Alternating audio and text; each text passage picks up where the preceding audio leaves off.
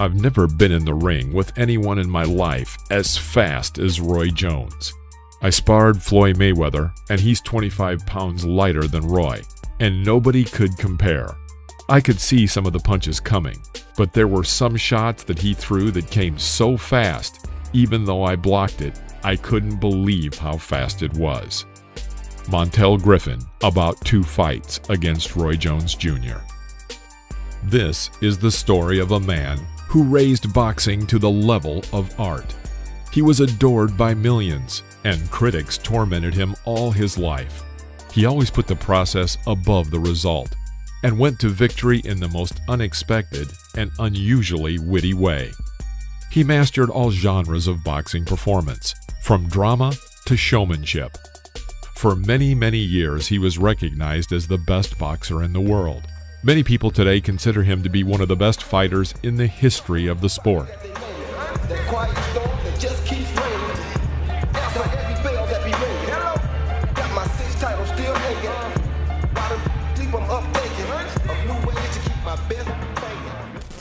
The man who combined the speed and reaction time of Muhammad Ali and the power of Mike Tyson. The boxer of the decade in the 90s according to Ring Magazine. The best boxer regardless of weight class in 96, 99, and in 2003. And the first person in the entire history of boxing who became the world champion in middle, second middle, semi-heavy, and heavyweight. This fantastic list of achievements was perfectly complemented by a gold medal in the 88th Olympiad in Seoul. But then Jones, who dominated the entire fight and finished in 3 rounds with a total score of 86-30, was simply robbed of his victory. Roy was the victim of a blatant conspiracy and bribery of the judges. His rival Park Si-hun immediately after the fight made it clear through an interpreter that he understood he had lost this fight and Jones was a much better boxer. But the appeal was first rejected, and then, years later, they returned the well-deserved gold medal to Roy, when he was already the recognized champion of the world. Even before he achieved the status of the most formidable rival in the ring, Roy had fought 134 matches in amateur boxing, of which he won 121. But these are just statistics. In fact, at the start of his career, Roy risked getting lost among the mass of mediocre fighters. His father and part-time manager chose obviously weaker opponents for him, which among other things did not highlight his strengths, fantastic speed, and the power of his strikes. But over time, the boxer changed his coach and went on to fight and demolish more skillful rivals along the way.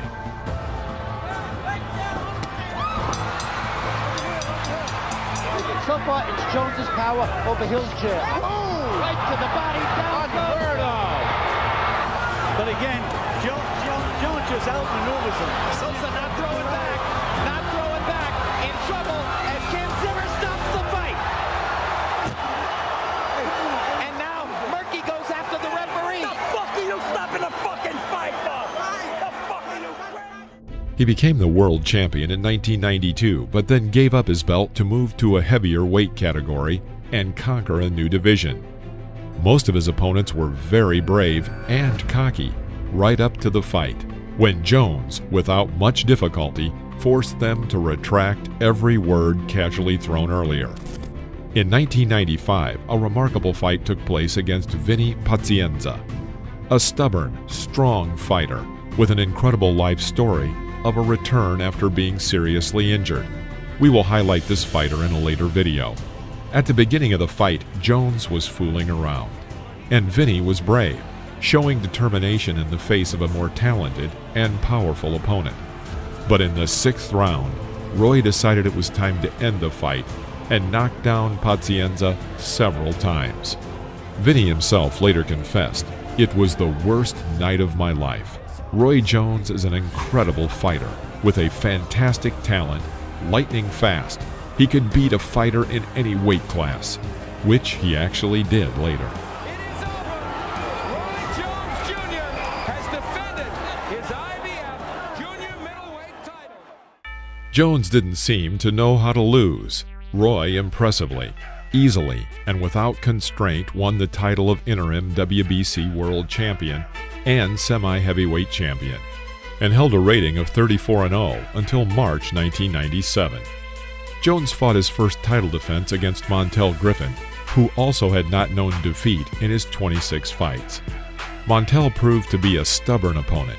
For a long time the fight was equal, but in the 7th round, Griffin was knocked down, and in the 9th, seconds before the inevitable knockout, he dropped to one knee, but still received a couple of heavy punches from Jones. The moment was very controversial, and each of the boxers had their own opinion. Roy said that Griffin deliberately dropped to one knee to avoid the knockout. His opponent replied that it all happened by accident. Importantly, Roy Jones was disqualified for striking against the rules, and they took away his champion's belt. All of this, plus Griffin's accusations, and the behavior of his team members, who did not want to consider revenge as a priority for the next fight, made Jones angry. And that was the worst-case scenario for any of his opponents. Neither the public nor the experts had ever seen Roy Jones in such an angry mood.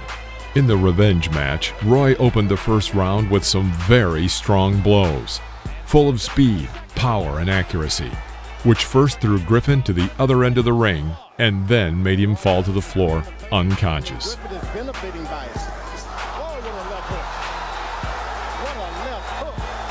At the beginning of this video, we mentioned Griffin's quote about the lightning speed of Jones's hands.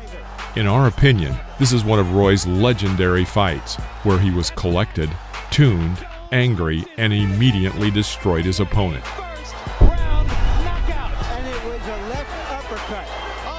After the fight, he told reporters, "You made me do it. I didn't want that." That was all Roy Jones.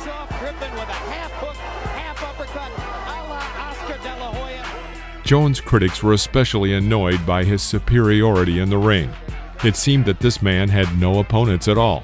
Many critics believed that it was time for Roy to leave the ring because no one was interested in watching him triumph over helpless opponents. Another showcase fight of Roy Jones's career was against Richard Hall in May of 2000. We have watched this fight on tape more than once and each time agreed with the broadcast commentators that this total beating should have ended much earlier than round 11. Moreover, going into the fight, Hall had 24 victories, of which 23 were completed ahead of schedule and 2 were knockdowns.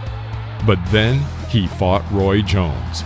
It was a long 10-round destruction of Hall, who before the fight said he was going to show the world that Roy was an ordinary boxer and that he had just been fighting against comfortable opponents. Like all of Jones's offenders, Hall bitterly regretted what he said. Jones landed 320 blows throughout the fight. Hall connected only 106 times. Wayne Kelly looking and looking, but this is absurd. Stop the fight. Stop it, Wayne. Come on. This isn't competition anymore. This is a bloodletting. This is absolutely preposterous. Richard Hall should not be taking these shots. Thank God. How Richard stayed on his feet and how the referee allowed such a beating to continue is not clear. But Roy Jones himself once again proved that he was a superior fighter. But the sad thing about it, Jim, then there was Roy's transition to heavyweight and the challenge of John Ruiz. Everyone said that it was inconceivable, absurd, and that the heavyweight division was a completely different world. That Roy, having to bulk up, would lose speed and mobility in his arms. But instead, he eagerly accepted the challenge. As it always was with Jones at his peak, everything went according to his plans. Jones took a risk and did so deliberately, because that was his element. The legendary boxer imposed his own pace on Ruiz and did not give his opponent a single chance, but he methodically carried out strikes. As a result, Roy won on points and rewrote history by winning another title. Under the threat of defeat, many broke down. Roy Jones only got better. He was always free, relaxed, confident, on the verge of overconfidence. He read the movement of his opponents and completely surpassed them in strategy. Roy possessed a special kind of psychological pressure. It seemed as though he hypnotized his opponents, found weaknesses in their defense, easily dismantling them in the ring. Jones himself was too unpredictable, too untypical, and too unique that his opponents simply did not know how to deal with him. Roy Jones had to just be himself, to play with them and win.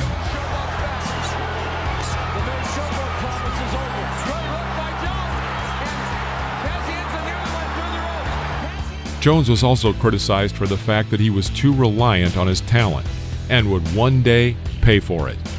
But Roy played his game, imposed his own rules on the world of boxing, and conquered each challenge until he reached all the peaks and simply grew tired of it. As in the fight and rematch against Antonio Tarver. A few months before the rematch with Tarver, Roy had won the first fight by decision and went to the next fight too relaxed and indifferent to everything that was happening. The outcome was logical. Tarver, in fact, blindly with his eyes closed, threw out a powerful blow and knocked out Jones. Sustained attack against him. Down goes Jones. Get up, and he makes it up. It's over. Jay Nady stops the fight, and Jones is still on Queer Street. And that first time in his career, he's really been hurt. He's gone down before one time, but there was a perfect left hand. Roy never saw it coming. Roy is out. Then Roy Jones went through a streak of 3 defeats in a row, including another from Antonio Tarver, this time by the decision of the judges.